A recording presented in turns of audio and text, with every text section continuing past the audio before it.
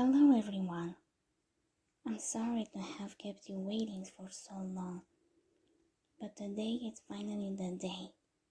I will start the special marathon I promised you.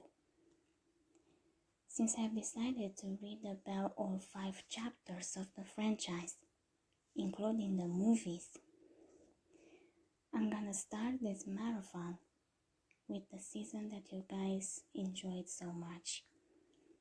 Season 4. I chose this because I saw that a lot of you enjoyed the very first stories based on Season 4 that I've read at the beginning of this year. And if you guys remember, I told you that I found 4 more stories about it.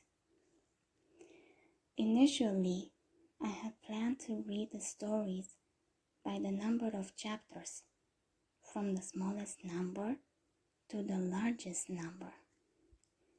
But since some of you chose the story with the largest number of chapters, after reading it a little, I realized that it was way too long and that a week wouldn't be enough to read it.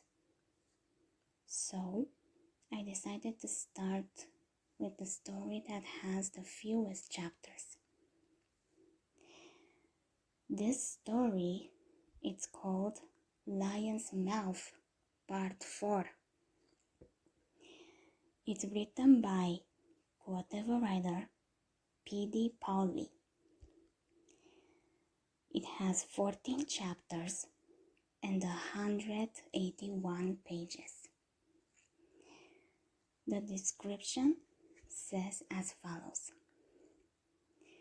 Samia has control of the Millennium Ring, but Dark Bakura is proving less than helpful. She worries about her relationship with Yami as he tries to fulfill his destiny. Then a new danger threatens to destroy everything she and her friends have worked for. Ready to hear the story? Let's begin. Chapter 44. Wow, that's intense, Bakura said in wonder. We were sitting on my couch the day after Battle City ended. I invited him over so I could explain to him everything that happened. I figured I owned him that much. I'm sorry about what happened to you, I said. Bakura shook his head with a smile on his face. That's all right, Samia. It's not your fault. His emotions told me he was being honest. I smiled slightly at him in return. Then his eyes fell on the Millennium Ring around my neck, and he became worried. Are you sure you don't want me to take that back? I shook my head. If I do that, the spirit of the Millennium Ring will just control you again. He can't do any harm if the ring is with me. But it will be so much more fun, said the spirit. I ignored him. I guess that's a good point, said Bakura. Are you sure he can control you? I nodded. I'm not the true owner of the ring. Plus, I'm immune to the magic of the Millennium items. The spirit can talk to me, but he can't do anything to harm me. As if I would have such a desire, said the spirit. He doesn't know that, I said to him. The tension eased from Bakura. Well, all right, he said. I trust you. Just let me know if you need anything. I gave him a small smile. Thanks, Bakura. I'm glad we can talk again. Bakura smiled warmly in return. Me too. I felt better after talking to him, Still, there were things on my mind I still needed to process. Primarily, I remembered the kiss Yami had given me. I wondered if it meant anything to him, aside from the act of giving me physical strain. I decided to talk to him the next day to see if I could find out. "How are you feeling, Samya?" Yami asked me once we were alone in my room, Yugi agreeing to give us some privacy. "I'm doing all right," I said. "The last few days are just a lot to take in." Yami nodded. "I understand. I think you acted remarkably well given the circumstances. Remarkably well given the circumstances." I looked at him in surprise. "Really? Even when I lied to you and joined Marek?" Yami gave me a soft smile. "I understand why you did it. If I had been more open to your views from the start, you would have been comfortable enough to confide in me. Just know that you can tell me anything. I'll never judge you, and I'll always do what I can to support you." I smiled warmly at him in return, while happiness filled my soul. "Thank you. I'll always support you too." "Thank you. Is there anything else you wanted to talk about?" I paused. His emotions were calm. "Not really. Is there anything you wanted to talk about?" "No, I believe we covered it all." "Okay, then we're good." I hid my emotions from him and smiled. It seemed he was not thinking about our kiss. I would have to bring it up to him later. "What did you really want to talk about?" the spirit of the Millennium Ring asked once Yami left. "Nothing," I replied. "Sure. If you want to talk, why don't you tell me about Rehema?" I felt a slight shift in his emotions. "Who?" "She's my ancestor, isn't she? You said her name once." "Really? I don't recall." Suddenly, I couldn't sense his presence anymore. Weird. I tried to get back to my normal life, but I did not know what that was anymore. I talked to Yugi and my friends at school. Yami spoke to me when I addressed him, but otherwise kept silent. Bakurai and I hung out on Saturday. There was no longer any reason for us to stay apart. Still, with everything that happened, there was a distance between us that made things awkward. I knew I needed to think hard to figure out how to fix the relationship. Later that evening, I hung out with the rest of my friends. It was Serenity's last night in Domino City. I had not gotten to know her that well, but I liked her quite a bit. We all had a good time. Things almost felt normal. Early Sunday afternoon, I decided to take a walk around the city to clear my head. The spirit of the Millennium remained silent. The spirit of the Millennium Ring remained silent as usual, which was fine. I was enjoying myself until I sensed Yami's presence nearby. I quickly scanned the area, freezing when I spotted him. He stood in the middle of the town plaza with Thea. His emotions were controlled like always, but I could tell they were pleasant. I felt a strange ache in my heart. I hurried away before he could notice me. "I see what's going on," the spirit of the Millennium Ring said once we were a good distance away. "You have feelings for the Pharaoh." "Yeah," I said. It was no use in denying it. If he was going to live in my head, he would pick up on my emotions eventually. "It's pointless, you know. Even if he were to return your feelings, once he fulfills his destiny, he will leave." I winced at the reminder. Maybe not. True, he could decide to take the power for himself and stay here to rule as king. I bristled. No, he won't. There has to be another way. Just keep telling yourself that. He will choose duty over love. I ignored him and continued on my way.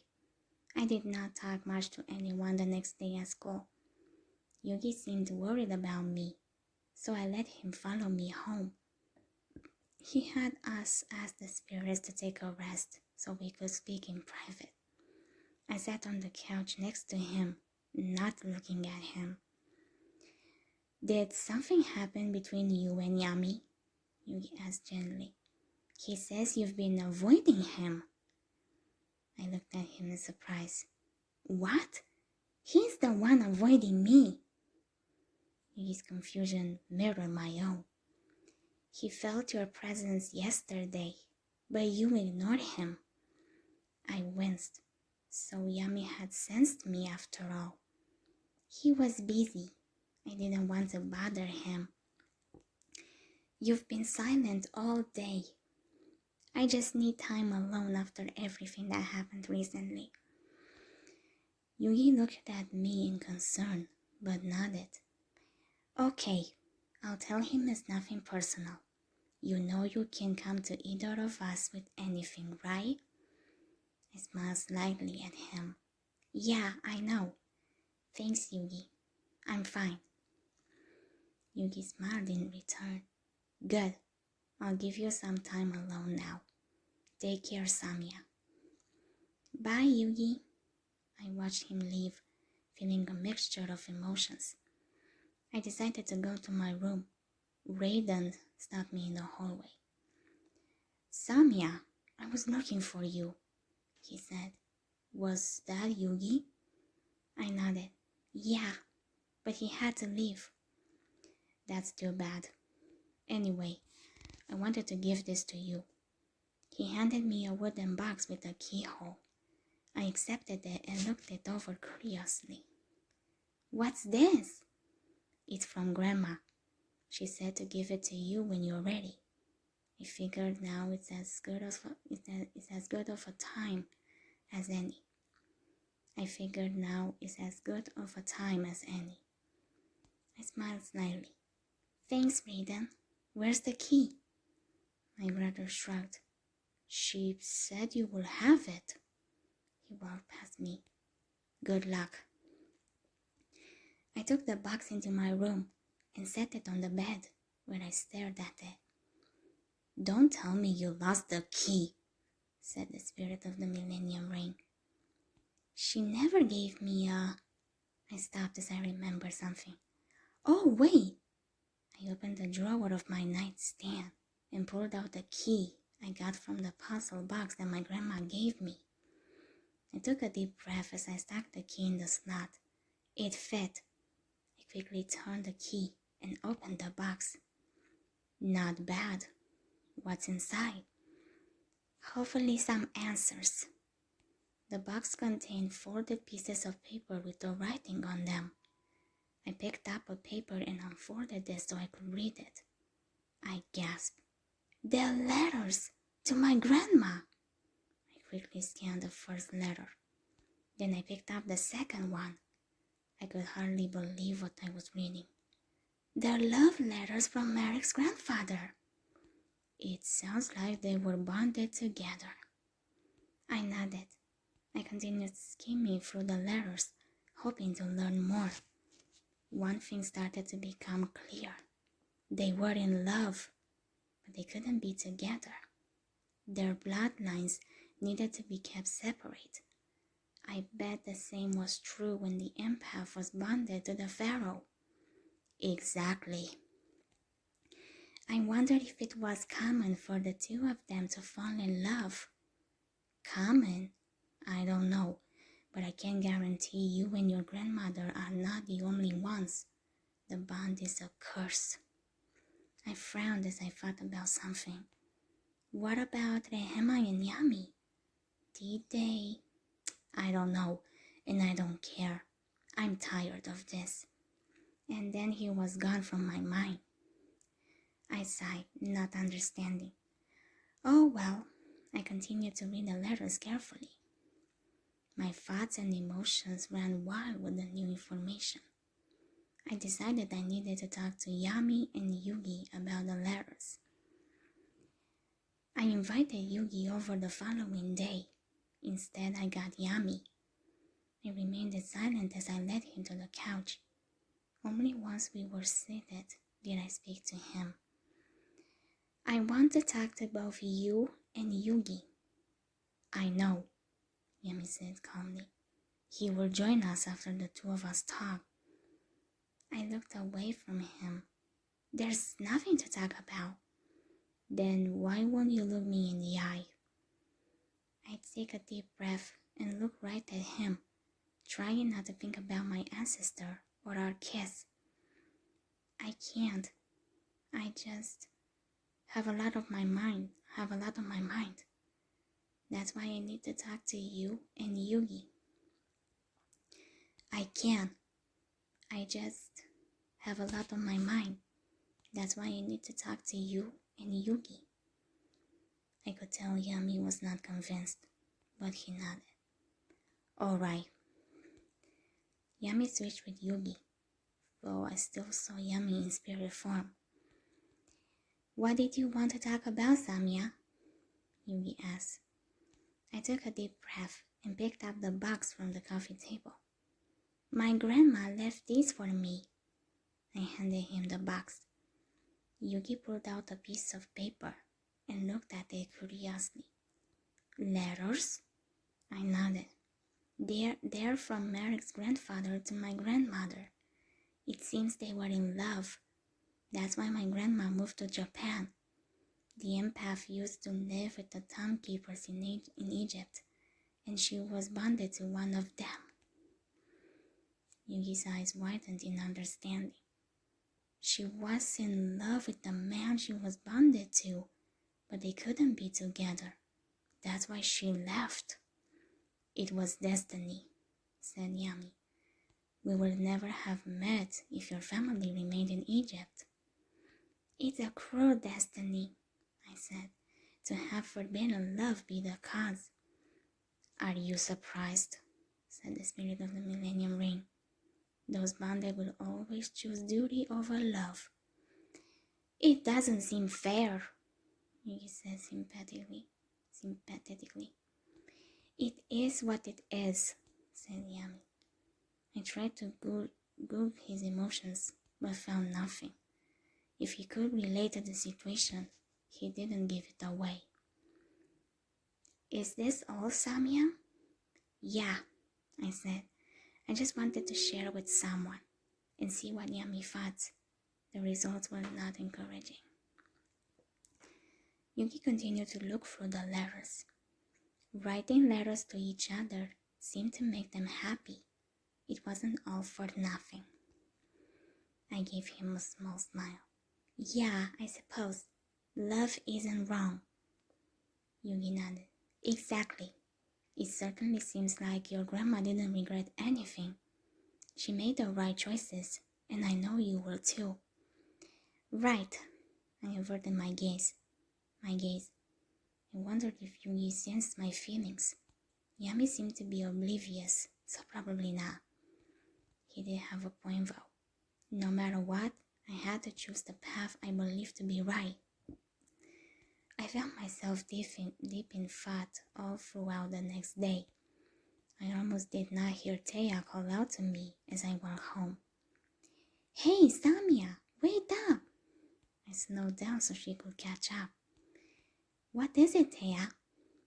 Taya gave me a smile as she started to talk beside me. We haven't talked in a while. True. Is something on your mind in particular? I felt conflicting emotions within her. Taya smiled sheepishly. You're close to the other Yugi, right? You mean Yami? When she started blankly, I resisted the urge to roll my eyes. It seemed my friend still did not completely grasp the situation. The Pharaoh? Yes. We are close. We are bonded together. Thea hesitated before speaking again. Do you think he'll be leaving soon? My heart hurt at her question, but I didn't show it. I tried to think about it logically. That depends on what you mean by soon. I don't think we're going to wake up one day and he decides to leave. He was sent here for a reason, to defeat a great evil. Until that evil appears, he will not be leaving anytime soon. Thea frowned. But I thought Merrick was the great evil. I shook my head. Merrick's dark side was an evil, but not the evil. Not the evil foretold in the prophecy. That wouldn't make sense. Merrick's job is to help Yami fulfill his destiny, and he resented that fact. Why send Yami to our time at all, only to defeat an evil that his presence inspired? That would mean the solution created a problem. Thea nodded slowly. That makes sense. Her emotions became trouble. So you're saying we're not out of danger yet? I gave her a sympathetic smile. Yes, but it will be all right. We've gotten out of trouble before, and we will do so again. Thea smiled back at me. You're right. As long as we all stick together, there's nothing we can't do. Right, and hopefully we'll have a break this time. Thea grinned with excitement. Yes, it's almost summer. We should all enjoy the time we have together, especially with Yugi. We don't know when it will be over. I felt a little better from her reassuring words. Yeah, we should enjoy our time together. I would rather focus on that than when it would end. Summer turned out to be just what I needed. There was no evil, only relaxation. I hung out with my brothers and my friends, mostly in groups. Yami rarely took over Yugi's body, but we had friendly conversations with our minds. All in all, everything appeared to be quite normal as things could be with us at least. It was a shame when it had to end and school started up again. One day in the middle of September, I received an interesting email from Merrick. The two of us had exchanged email addresses before he left so that we could keep in contact. Most of our conversations were friendly, but sometimes he revealed information he has learned as a timekeeper. This email was one of those. Talking to your boyfriend? Said the spirit of the Millennium Ring. I furrowed my eyebrows in confusion. Huh? It's just Merrick. And he's clearly in love with you. My eyes widened and I froze. What? He is not. Dark Bakura was amused. It's totally obvious. You're an empath who allowed him into your mind, and you couldn't figure it out? I stiffened. Then maybe it's not true, and you're imagining things. Let me read this email. He chuckled softly. Sure. Whoa, I said as I stared at the computer screen. Dear Samia, I'm glad school is going well for you. I'm doing fine. I have something interesting to share with you. I was talking with Jujitsu, and she confirmed a piece of information that you might find important. As you know, the empath always formed a bond with the Pharaoh of Egypt. After Yami was sealed into the Millennium Puzzle, she bonded with the Timekeeper instead. However, the empath before the transition, the woman who was supposed to be bonded to Yami, was not actually bonded to him. The fact that you are bonded to Yami is proof of this. Such a bond can only exist once within a person. In other words, Yami could not be bonded to two different empaths. You are the only one. Ijitsu was assured me that you are not a reincarnation of the former empath. Therefore, she must have been bonded to someone other than the Pharaoh. I have no idea who this person could be, nor if it is important. I simply thought you might want to know. Please tell me if there is anything else I can do for you. I'll do whatever I can to help you. I know you will succeed in the path you choose. Sincerely, Marek. I felt relieved to know that Rehema had not been bonded to Yami. That meant there was a greater chance they were not in love. Still, I was curious about who she was bonded to. Bakura, did you know about this? I asked the spirit of the ring. Perhaps, he replied mysteriously. I resisted the urge to roll my eyes at that unhelpful response. Do you know who Rehema was bonded to? I might. I thought back to one of our conversations, and I came up with the answer. You do know. Dark Bakura remained calm, giving nothing away. What makes you say that? You seem to know a lot about the bond. Rehema must have told you about it. Plus, you mentioned that others have tried and failed to break the bond. Maybe you tried to break it, or... My eyes widened when I realized something. Maybe people in the palace tried to break it. It must have been a scandal for her not to be bonded to the pharaoh. I felt a hint of amusement from him. Yes, you are very smart. You clearly don't need me. Then he disappeared into the ring once more. Hey, wait!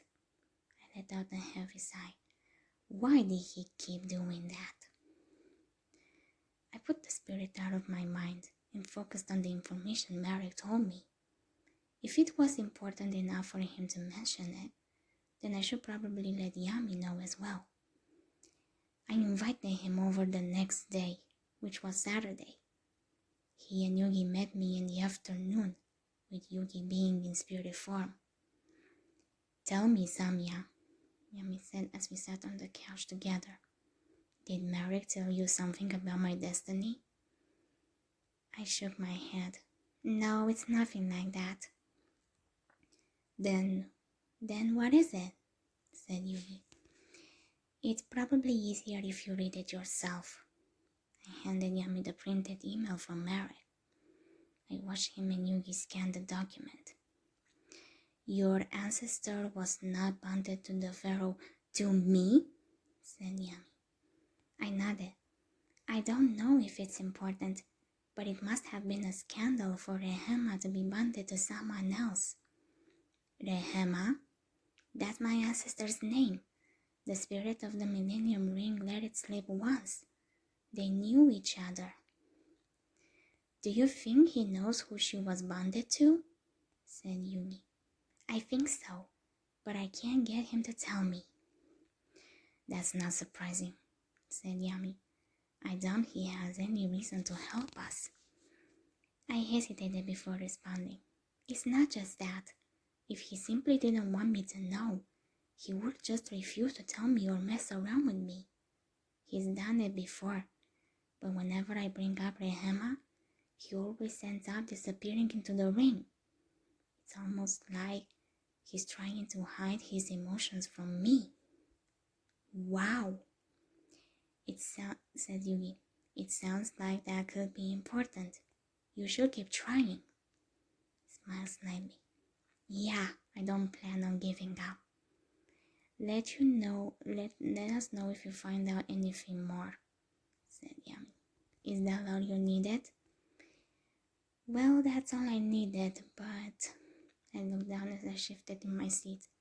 Finally, I gathered the courage to look him in the eyes. Do you think we could hang out together? Just the two of us? It's been a while. Yami stared at me blankly, his emotions giving away nothing. What for? You don't need a reason to hang out with a friend, Yugi said cheerfully. You should do it. Yami smiled softly at me. His emotions felt happy and relaxed now. All right, I would love to hang out with you, Samia.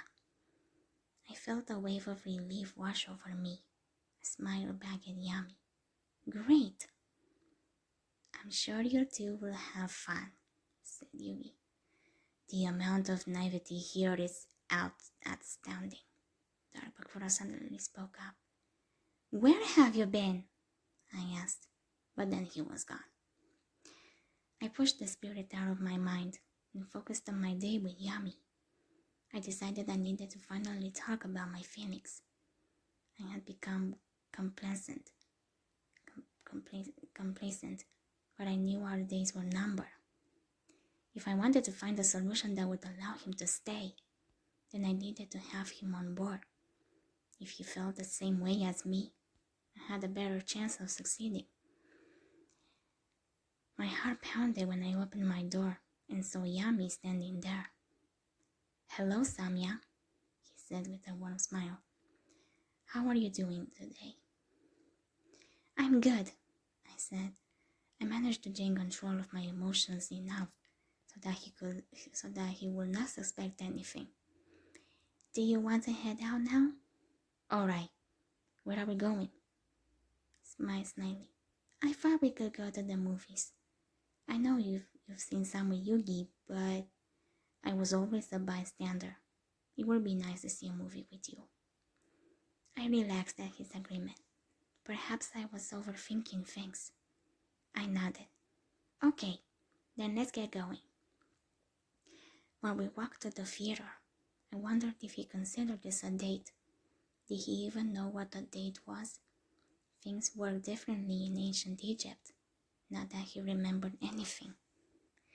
In any case, I needed to be open about my feelings if I wanted him to understand my intentions. But that could come later. We watched a comedy movie together. I was pleased to hear Yami laughing at the funny parts. I thought he deserved to relax and enjoy himself after all the dramatic situation he had been in. Afterwards, we ate at the fast food restaurant.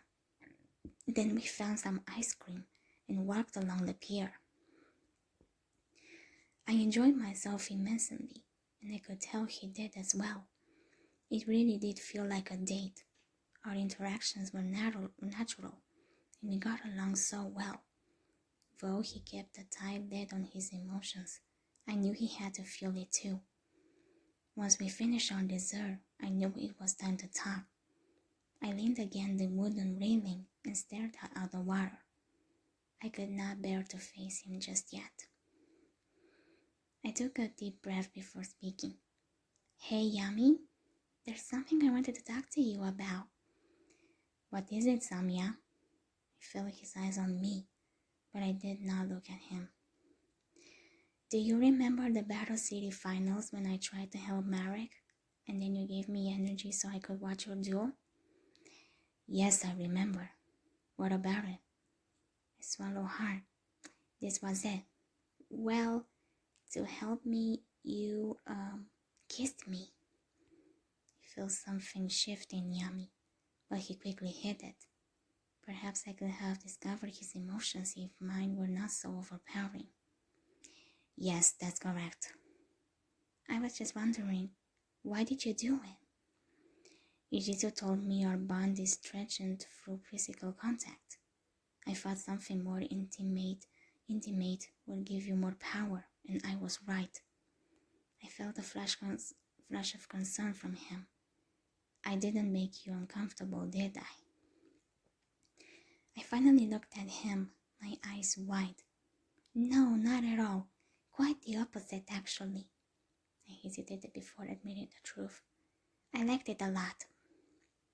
Yami gave me a gentle smile. I liked it too. His words gave me hope, so I continued. Then maybe we could do it again. Yami looked me over carefully. But you are fine now. I shook my head, not to give me energy, just to kiss. Yami's emotions shifted, and I knew he understood. I don't think that's a good idea. My heart started to beat rapidly, but I tried to remain calm. Why not? You said you liked it. Yes, that's not the issue.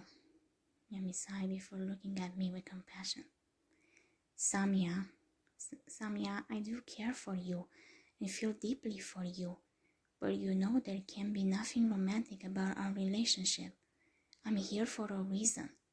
I have to fulfill my destiny. My heart twisted in pain. It wasn't a rejection. Not really. Still, it hurt like one. I'm not saying you shouldn't, but why does it have to be one or the other? What if there is a way for you to stay after you complete your destiny? You know I don't belong here. Says who? Aren't our bond and feelings evidence that you should be here? If we try hard enough, I'm sure we could. Yami placed his hands on my shoulders and gave me a stern look. Samia, I cannot afford to be distracted. Do not make this harder than it needs to be. We are friends. That's enough. I swallowed hard. Fine. The date seemed to be almost ruined after that. I hated that I made things awkward, but I had to try to make my case. Yami was polite when he brought me home. I ignored my brothers as I made my way to my room. I told you he would choose duty over love, Dark Bakura said in my mind. Leave me alone, I grumbled. Surprisingly, he did. Chapter 45. Yami did not talk to me for the rest of the week, which was fine by me. Yugi tried to talk to me, telling me not to give up on Yami. I appreciated his support, but it didn't ease my current pain. Friday morning, Joey and Tristan found me and asked if I had seen Yugi. I hadn't, so we looked for Thea. We found her outside by the fence. Hey, Thea, said Tristan. Have you seen Yug? Said Joey. He wasn't at his locker. He left right before algebra, said Thea. Ya can't blame him for that, right? Thea appeared despondent. I guess. I looked at her in concern. Do you think something's wrong? I don't know, but I think we should find him. And how do you suggest we do that? Said Tristan. He could be anywhere by now. I felt a strange stirring and looked down at the millennium ring around my neck. It was glowing. I picked it up, and it started pointing in the direction of the fence. Whoa, what's that thing doing? Joey said with mild alarm.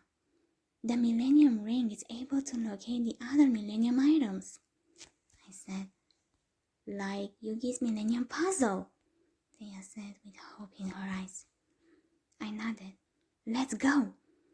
I led the way of school property to search for Yugi. It didn't matter if I wanted to avoid Yami right now. I had to make sure they were both alright.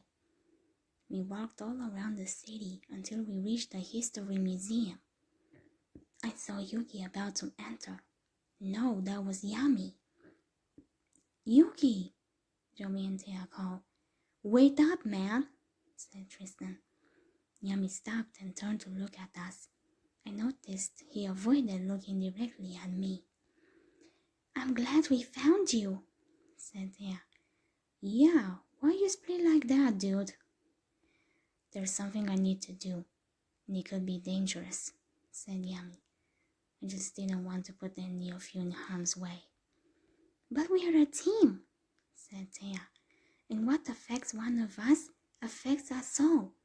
I've been giving this friendship speech for years. Didn't it sink in yet? Now let's do this. Right, said Joey. What are we doing? We're being there for Yugi, said Tristan. Right, by doing what exactly? Just follow me, guys, Yami said. He headed into the museum, and the rest of us followed. Once inside, he led the way to the stone tablet that depicted the battle between the pharaoh and his rival. Joey, Tristan, and Thea, who had never seen it before, were bewildered. I may be stating the obvious here, But that looks just like Yugi, said Joey. It says Tablet of the Pharaoh, said Tristan. Yes, said Yami. That pharaoh is me. This part always confuses me, said Joey. Yami held the Egyptian god cards up to the tablet. I winced as I felt a surge of magic. The eye on the tablet began to glow, and the cards emitted a white light. Do you see what I see? What's going on? Said Taya. Suddenly, the blaster on the stone tablet froze. I felt pain coming from Yami. He grabbed his arm and tried to pull it back, but couldn't. Yugi, what's wrong? Said Tristan. I don't know, said Yami. I feel as if a dark presence is draining the power of the Egyptian god cards. What shall we do? Said Taya. You can start by dropping those cards, said Joey. I can't let go, Yami said. Pushing down my own pain, I wrapped my arms around him from behind to give him strength. After several moments of struggling, his arm was released. He looked at me with relief. Thanks, Samia. Suddenly, we heard a woman screaming from outside, so we all rushed out of the museum. We were all stunned by the sight. Dual monsters were rampaging across the city. I also sensed a weird magic. Something told me these were not merely holograms. You gotta be kidding me, said Joey. It's like a horror flick out here. Yeah, said Tristan. Someone's dual desk must have gone haywire. It will take more than one busted dual desk to project master holograms all over the city, said Thea. There's gonna be more to it. And I sense magic, I said. I think something else is going on too. The only way to find out is to go straight to the source, said Joey. So let's pay a visit to Kaiba.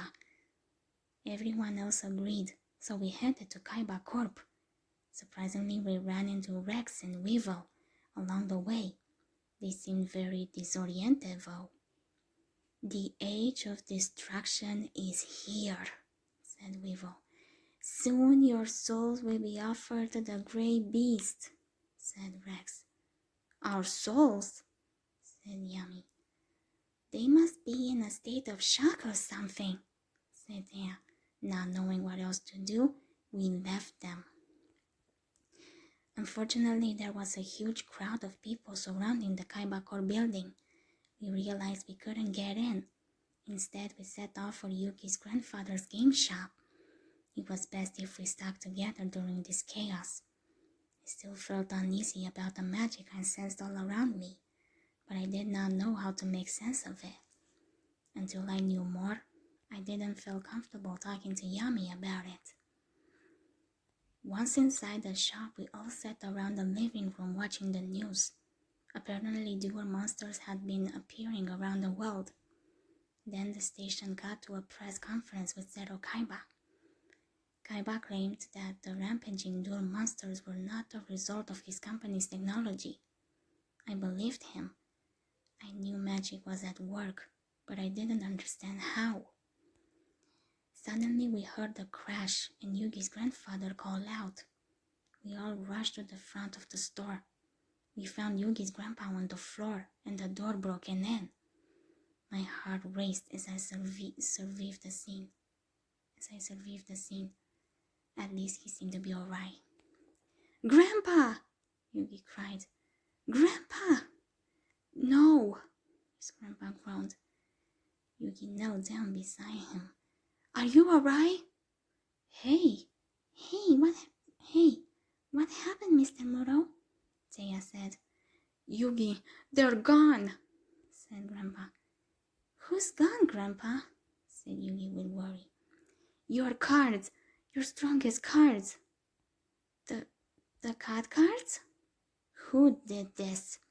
Rose said with anger. I'll find them, He then ran out of the store. "Joey, wait!" Yugi cried. Joey stopped once he stepped outside the door. Then he called back to us. "Guys, you might want to see this. It's Obelix the Tormentor." The rest of us ran outside after him. Sure enough, Obelix stood tall in the city. I winced from the pain I always felt from the Egyptian gods. "And it looks like he's not alone," said Tristan. I noticed the other Egyptian gods were there as well.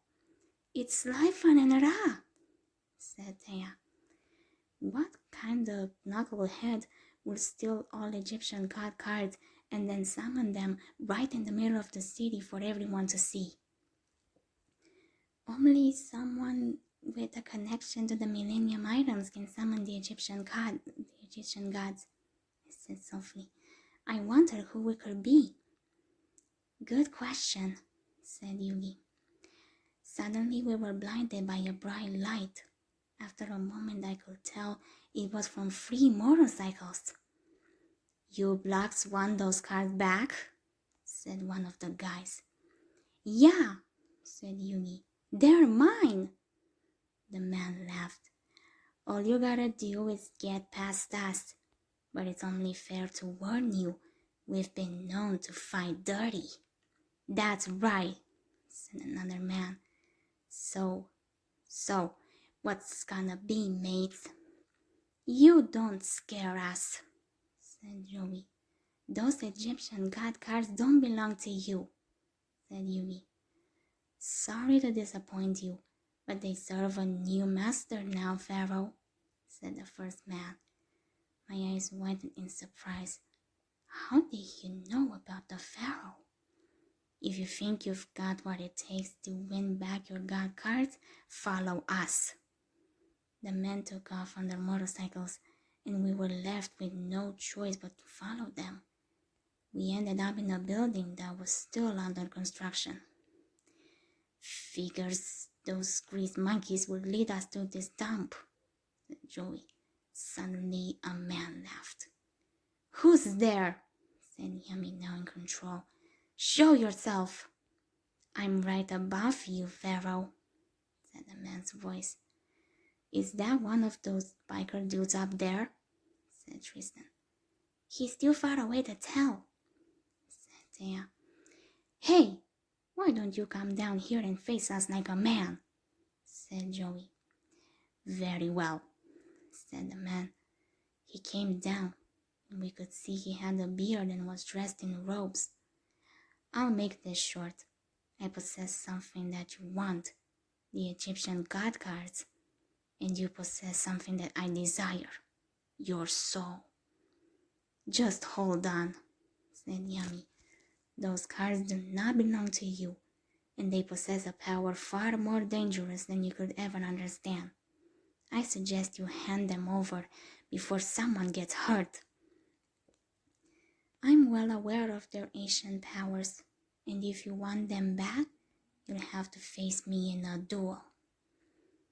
Yumi's expression hardened. "All right, but just don't say I didn't warn you. Your soul is mine. Now let's duel. You're on." The two of them activated their duel disc and stood opposite of each other. I felt apprehensive as I watched with my friends. There was something strange going on here, and I had to figure out what it was. I watched the bearded man carefully. He summoned a monster that allowed him to summon a second monster. Then he held up a strange card. "I'm afraid the worst is yet to come," the man said. "Ready? This card holds more power than all Egyptian gods, and it has all that's time itself, the Seal of Orichalcos. The magic infused within this card existed long before the sands of ancient Egypt were formed, Pharaoh. Now experience this power for yourself." He activated the card, and a green circular boundary with magical symbols expanded onto the field. I felt a surge of dark magic, so I clung to my bond with Yami, while also feeling the Millennium Ring stirring. My friends were thrown back by the seal, but I managed to stand my ground. Yami tried to run to them, but he couldn't leave the boundary. "What's going on?" Yami said in anger. "Tell me!" "Your fate is now sealed. My friends!"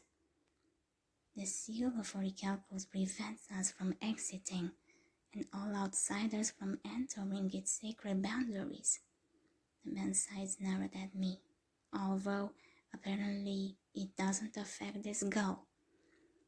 "We are linked together through a bond," I said. "Your magic doesn't affect me." "The ring helped out as well," said the spirit of the Millennium Ring. "Whatever," said the man. "It doesn't make a difference. When the duel is over, only the victor may penetrate the border, but the loser can never leave. His soul remains locked inside the seal. You'll soon see that the rules of the outside wall no longer apply." "All right," said Yami. "You should know I'm no stranger to ancient magic. Observe the power of my Millennium Puzzle." I sensed him trying to use his magic, but he appeared to be blocked. His eyes widened in shock. "What's this?" "The Orichalcos existed long before your puzzle. Your toy is useless, and your victory is hopeless. Sorry, but in here, the advantage is mine, for the seal of Orichalcos rests on my side of the field, thus granting me unfathomable power and strengthening every one of my monsters." The seal glowed on the foreheads of his monsters, and they all gained 500 attack points. "Oh no!" Thanks to the seal of Orichalcos, my monsters reigned supreme. "Do you know anything about this?" I asked the spirit of the Millennium Ring. "No," said the spirit. "I've never seen it in my life, but it's evil.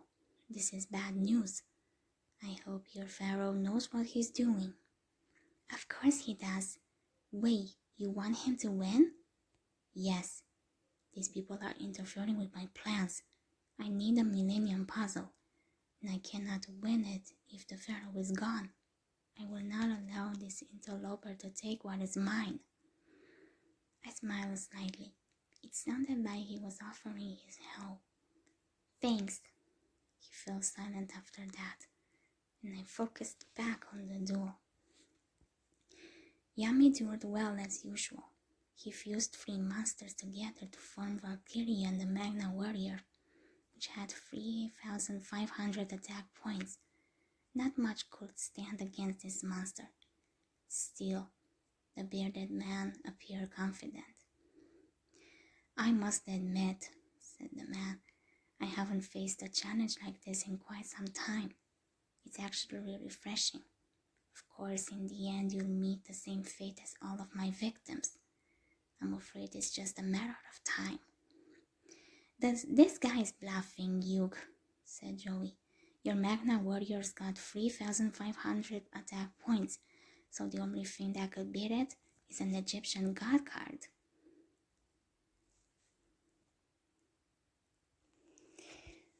Yami's eyes widened in horror. "Oh no, you can't!" "I can and I will, Pharaoh," said the bearded man. "I'll destroy you with your own Egyptian god. First, I'll bring my Meroding captain back from the graveyard, using the magic of Monster Reborn." "Hold on! Only certain duelists can use the gods. Please stop!" "He has a point," said the spirit of the Millennium Ring. "This will be interesting." "It's too late to stop me now," said the man. "I sacrificed my monsters." "No!" Yami cried. "Don't!" "In order to summon the Egyptian god Obelix the Tormentor." "I warned him." "Oh no," said This can't be. He's got that thing on his head. It's worse than that, said Joey. He's stronger now. The bearded man laughed. The power of the orichalcos now curses through Obelisk, merging the most powerful creature that ever existed with the most incredible force ever imagined. You're trapped in my circle of doom, Pharaoh, and before long, your soul will be sealed away for all eternity. How did he summon an Egyptian god without a millennium item? Said the spirit. That's what I like to know, I said. Take a look, Pharaoh, said the man. The seal of orichalcos surrounds us. He chuckled. Strengthening my obelisk while your monsters stand powerless in his shadow. First you lose them, then you lose your soul, all at the hands of your own creature. Who knew the very card that brought you so much glory would lead to your downfall? And it all begins right now. I winced when I felt pain shooting from the man. He seemed to struggle with something for a moment. It seemed that he was suffering for using the God card. After several long moments, he recovered enough to speak again. Where was I? He said. Oh yes, I was just about to attack you again with Obelix the Tormentor. Oh man, said Joey. Now Yugi's got no monsters on the field to protect his life points. Pharaoh, the age of destruction is here, said the bearded man. The earth shall be shrouded in darkness, and your very soul shall fuel the force that devastates mankind. What do you mean by that? Said Yami. A great beast is now awakening from its ancient slumber to complete what it began centuries ago. But before this beast can arise, it must absorb enough souls. That sounds oddly familiar, said Thea. Yeah, where did we hear that creepy mumbo-jumbo before? Said Tristan. Who are you, and how do you know these events will come to pass? Said Yami. Hey! Joey cried, looking up at 3 people watching the duel. It's those biker punks. Who do you guys think you are? Haven't you been paying attention? Said one of the biker guys. We're soul collectors.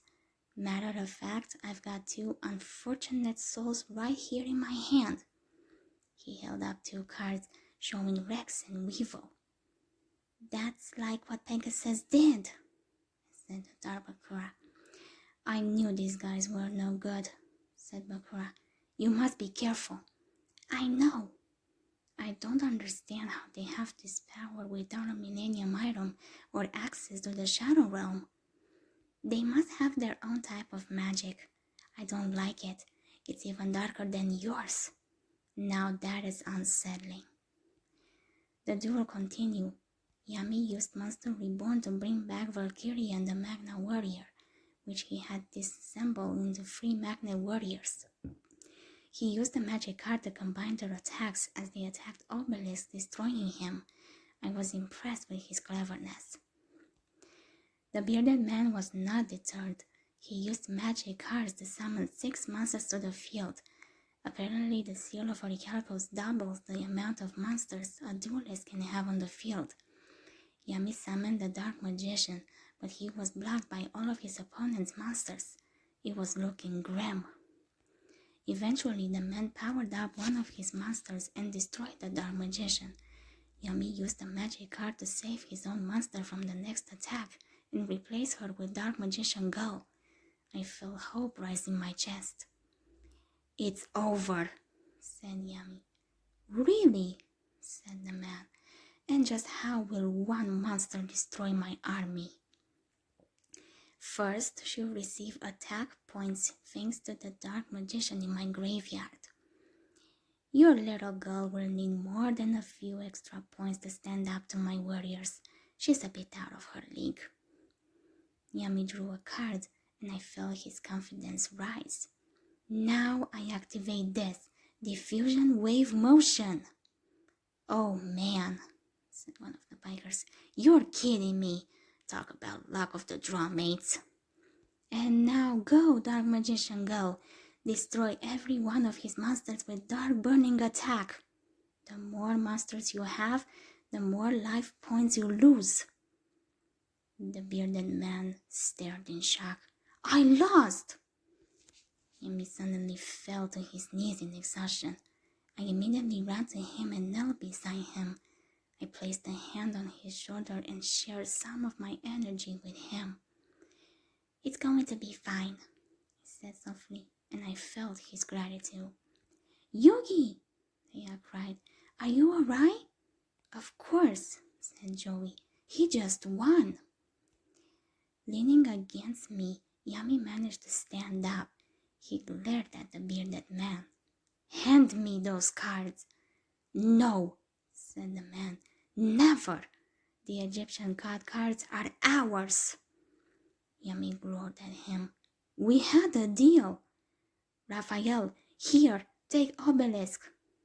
The man tossed the card after his biker friends. I suddenly clenched my teeth in pain as the seal of Orichalcos shrunk around the man. No, this wasn't supposed to happen. Samia! I exclaimed.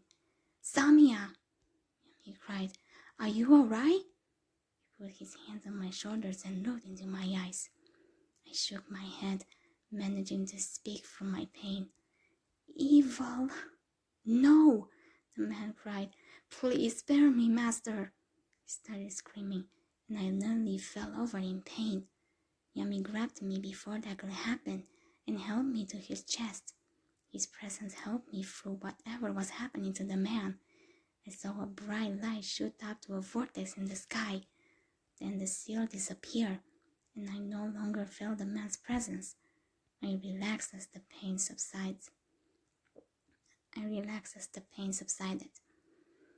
I looked up at Yami with a weak smile. Thanks. Yami nodded. What was that? I don't know, but he's gone. Oh well, said Raphael. It's his own fault. I always thought the old man was cramping our style anyway. Besides, now we know more about Yugi's dueling strategies. Right, said another biker. Now let's go. Hold on, said Yami. Give me back the god cards. Sorry, said Raphael. You didn't hold up your end of the deal, pal. You have to beat all of us, not just one of us. But I'll tell you what, this is for being such a good sport. Here. He tossed 2 cards down at Yami, who grabbed them and looked at them in confusion. Rex Raptor and Weevil Underwood? I released your friend's soul as a gift. I'll give you a gift, Joey growled, shaking his fist at the bikers. Just come down here and get it. It's the gift that keeps on giving again and again. That one got spunk, said the biker. He reminds me of myself, only dumper and not nearly as attractive. Toying with that guy is gonna be fun. He looked down at Joey. My name's Valen. Remember it. He turned to his friends. Come on, fellas. The bikers then took off on their motorcycles. Hey, don't turn your back on me. Wait, Nia said when Yami approached the bearded man. Be careful, Yugi. I don't think that guy's getting up anytime soon, said Tristan as the rest of us followed him. I have a bad feeling about this, said Yami. He picked up the seal of Orichalcos' card and tensed. He showed us that the man's image was on the card. Suddenly felt sick. It's true. When he lost our duel, his soul was trapped in this card. But where does this power come from? Check this out, Yugi, said Thea, holding up a glowing crystal. It was around that guy's neck. Do you think it has something to do with all this? Yami stared at the crystal. It's like the dark power of the Millennium items, he said to me through our bond. Except more evil, I said. Do you have any idea what's going on? Not a clue, but we better find out. Life seemed to go on. School proceeded as normal. Afterwards, my friends and I walked through the town and came across Weevil and Rex, whose souls had been returned to them. Joey and Tristan immediately grabbed them to interrogate them for information. "Take your paws off me, you Sasquatch," Weevil said to Tristan. "Yeah, don't make me get all ninja on your butt," Rex said to Joey. "I got an idea, dude," said Tristan. "See how far we can toss these dweeps?" "Hold on a second, guys," said Yugi. "We gotta find out what happened to them."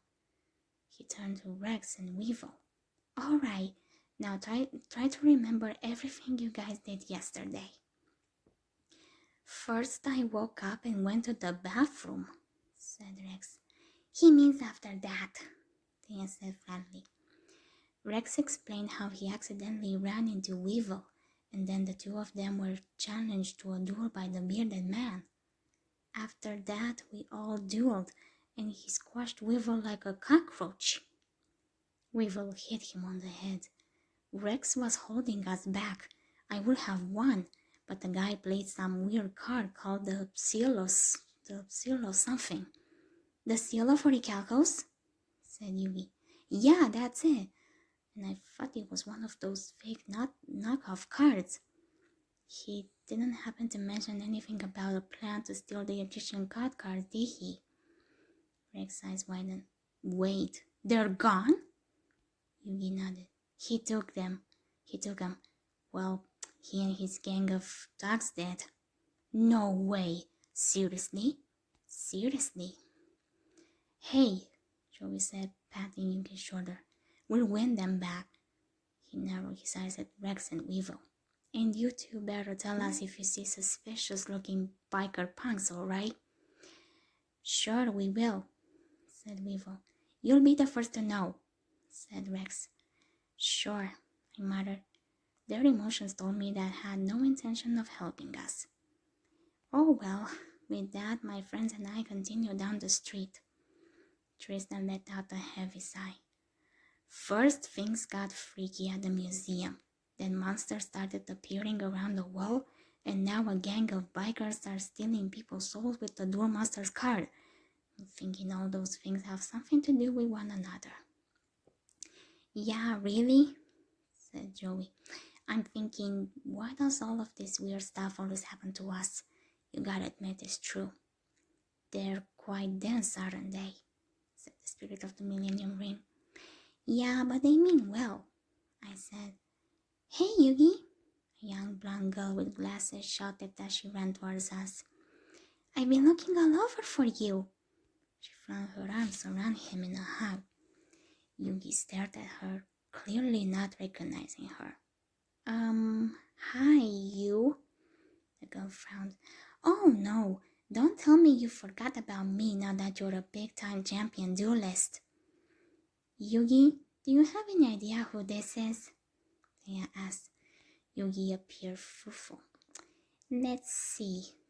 This card should ring a bell," the girl said, holding up a card. "You did give it to me." Yugi's eyes widened in recognition. "Rebecca!" "Oh no," Joey exclaimed. "You're that brat." "Hi," said Thea. "You look different. Did you get a haircut or something?" "No, she traded her teddy bear for glasses," said Tristan. "I don't need a teddy bear, because now I have a boyfriend to protect me," Rebecca said, clinging to Yugi's arm. From her emotions, I could tell she meant him. This was interesting. "Excuse me?" Yugi said, appearing discombobulated. "A boyfriend?" "And yet another weird event to add to the list," said Joey. "Yup, and this one tops them all," said Tristan. "Probably best if we stay out of it." I looked at Thea, feeling strong feelings of jealousy coming from her. I had not realized she liked Yugi in that way. Maybe she did not realize it herself. In any case, that was a matter for another day. "Come on," said Rebecca, tugging on Yugi's arm. My grandpa really wants to see you also, Yugi. Professor Hawkins wants to see me? Said Yugi. Rebecca led us to the museum, where her grandfather and Yugi's grandfather waited for us, standing in front of the stone tablet. Yugi waved when he saw them. Hey guys! Yugi Muro, said Professor Hawkins. You're just the person I need to see. I have a theory that all of these monster sightings have something to do with you. Seeing these carvings confirms what I suspected all along, Yugi. You share a common bond with the 5,000-year-old pharaoh. Do you know what this means? Yeah, that my life's more confusing than most kids, said Yugi. Perhaps I can shed more light on the subject. I've spent the later part of my career studying your monsters. It started as more than a game. Egyptian sorcerers discovered a way to seal real monsters away within stone tablets. They would periodically release these monsters to display their great power. As more monsters were collected, the sorcerer's powers grew stronger until eventually this shadow magic spun out of control and threatened to destroy all life on Earth. But one man was able to face this madness and turn the darkness to light, the great Pharaoh, whose power you carry around your neck. He's smarter than your friends, said Darbukura. He knows a lot. So, everything he said is true? I said. His silence told me that I was correct. How does that explain what's happening now? Said Yugi. Did these ancient monsters come back or something? I'm afraid so, said Professor Hawkins. But there's another piece to this story you need to know. Ever hear of the lost city of Atlantis? I read a great book about it once, said Thea. What? Said Joe and Tristan. You nerd. Professor Hawkins laughed. In my latest expedition, I may have discovered that very city, an underwater world that existed long before ancient Egypt. But what really puzzled me were the carvings I saw on the walls. Take a look. He held out several photos of carvings that depicted monsters. No way, said Yugi. Dual monsters. Precisely. So these monsters didn't originate 5,000 years ago in Egypt. They lived over 10,000 years ago in what I believe to be the legendary city of Atlantis. Did you know about this? I asked Bakura. It's news to me, he said. Atlantis was real? They exclaimed. Do you know what this means? Said Yugi's grandpa. Your discovery could completely rewrite history. There's still quite a bit I don't know, said Professor Hawkins. Look at this, Yugi said, pointing to one of the photos.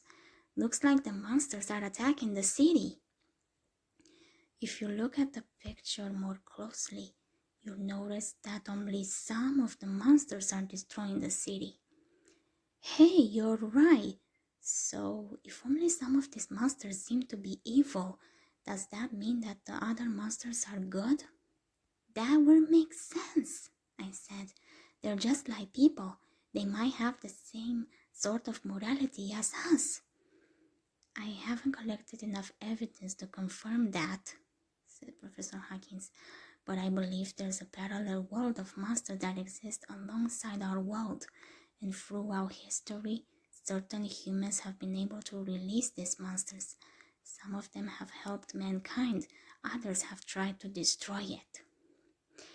Give me a break, said Tristan. You naughty professor. Rebecca kicked him in the knee, and he toppled over in pain. Ow, the pain! Good, Rebecca said in anger. That's my grandfather you're talking about. You got that, punk? Anyone who messes with him messes with me. So keep your comments to yourself. Tristan whined. It won't happen again. He's witnessed magic and he still finds it is hard to believe, Bakura muttered incredulously. I shared his sentiment. Don't worry, I'm no stranger to ridicule, said Professor Hawkins. Besides, it's a bit of a far-fetched theory. But it's true, said Rebecca. Joey cleared his throat. Ahem, I believe you, Professor. Ha, figures, said Tristan. After all the weird stuff we've been through, I believe anything. Like the time I fought Merrick in that shadow game. All those monsters' attacks felt pretty real to me. And did you forget the times that both Mai and Bakura got blasted into the Shadow Realm? Let's face it, there's plenty of stuff out there that can't be explained. Surprisingly, he has the most sense in our group, said Bakura. You're chatty today, I said, and then he fell silent. Like how there's a pharaoh living in my puzzle, said Yugi. Actually, our hypothesis suggests that the supernatural phenomena you experienced may actually find its roots in Atlantis, said Rebecca. Wow, those are some pretty big words, especially coming from such a little girl, said Tristan. Rebecca appeared offended. A kid? I'm a college student, thank you very much. College student? We all exclaimed. Professor Hawkins smiled. My granddaughter is quite gifted. Rebecca giggled. Oh, Grandpa, I'm just your average child genius. Genius. Genius. Very impressive, said Joey. But can she spell obnoxious? Rebecca glared at him. I heard that. Now, Rebecca, said Professor Hawkins, is that the behavior of a college student? Rebecca smiled sheepishly. Sorry, Gramps. Go on. Professor Hawkins turned to Yugi. Now, the point that I'm trying to make here is this. When Egyptian sorcerers conjured those monsters 5,000 years ago, the Pharaoh was there to save mankind from destruction. Now it seems that Pharaoh's been reborn in you, which could mean mankind needs his help again. Yeah, but, Yugi started, I wouldn't even know where to begin, Professor. I mean, do we try and get all these monsters to go back to their own world? Or should we focus on finding out what that weird motorcycle gang is up to? Unfortunately, this is where my knowledge of the situation ends. Yugi paused. Wait a sec, I may have a clue. He brought out the crystal that Taya found yesterday. Ever see anything like this before? That's awesome, said Rebecca. What you've got there, Yugi? Said Professor Hawkins. I'm not sure, said Yugi. The guys we dueled against last night left it behind. Professor Hawkins took the crystal and looked at it. Incredible. This stone is remarkably similar to something I discovered on my expedition. Would you mind if I held on to this stone, Yugi? No, of course not, Professor. I'd like to take it back to my lab. I have a feeling it may hold the answers to many of our questions. This has been quite a day, said Bakura. Indeed. Well, guys, I'll be stopping for today, but don't you guys worry. The next part will be coming to you very soon. If you guys enjoyed it, don't forget to subscribe, hit the like button, and turn on the notifications so you'll know when the next part is coming. Until next time, bye everyone.